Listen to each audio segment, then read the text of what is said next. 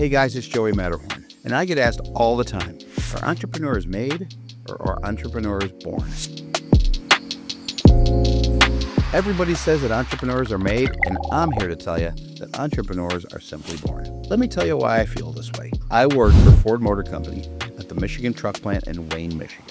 And believe it or not, it was actually a great job. We had 2 weeks off in the summer, 2 weeks off in the winter, profit sharing, amazing benefits, 401k, you name it. The benefits at the auto plants were phenomenal.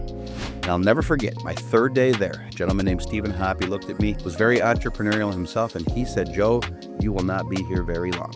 I often wondered why he thought that. Now looking back, I understand completely, because entrepreneurs are very easy to recognize. And a funnier story is, my last job actually lasted 2 days. I worked for Eastern Savings Bank. I was told at 12 o'clock I couldn't go to lunch till 1, and I said, screw this. I need to go eat when I'm hungry. And I quit the end of that day. That was the very last job I ever had. At the time, I wasn't afraid of failing. I was more afraid of being stuck in a dead-end job or stuck working for someone else on their schedule. And time freedom was significantly more important to me than any job could ever provide.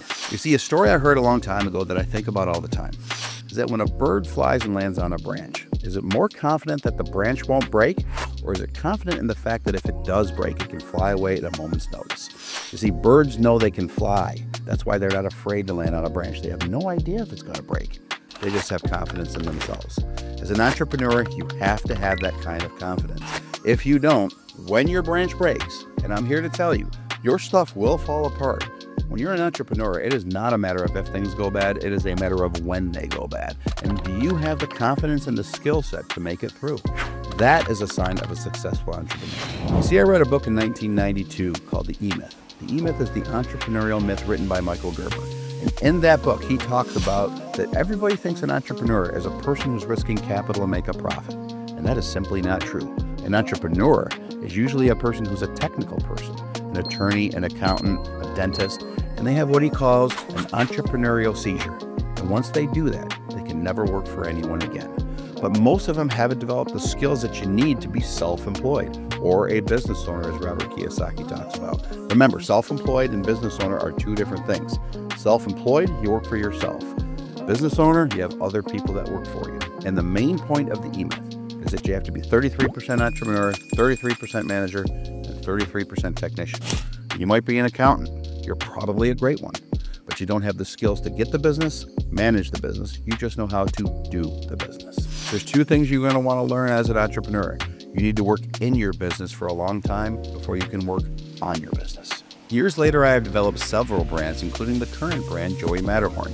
You see, I was asked to teach people and train people my entrepreneurial journey on how I went from being an employee to self-employed and owning several brands. You see, Joey Matterhorn was inspired by a character on How I Met Your Mother, the Lorenzo von Matterhorn. And when I heard that episode and saw it, I said to myself, man, what a great way to explain search engine optimization. In 3 minutes, he explained it better than I could explain it in an hour.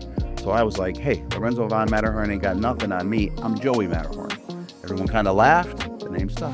It was an experiment because I had no interest in actually teaching people how to do this. But one day I just said to myself, that experiment has become a business. That business has become a platform.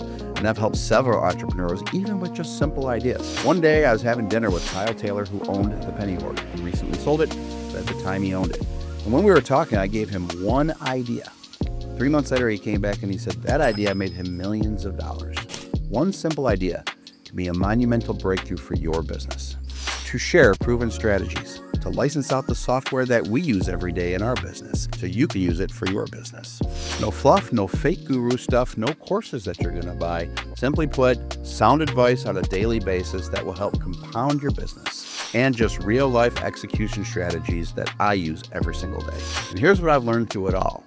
I can give a man a fish, or I can teach a man to fish. If I show you what I do every single day, you can be empowered to take those strategies and apply them to your business so you too can be successful. But you can't teach hunger, and that's where at the beginning I said entrepreneurs are born, they're not made. You have to have that deep hunger to learn. You have to have that intestinal fortitude to get through the hard times. You will have hard times, make no mistake about it. You see, because everybody wants it, but not everybody is willing to do what it takes. And doing what it takes is sitting up late at night and strategizing, watching courses, watching people like me, learning every single day. I learn something new every single day. You should too.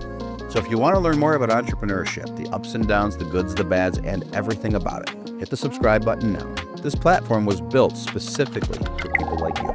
And trust me, you and I are both just getting started.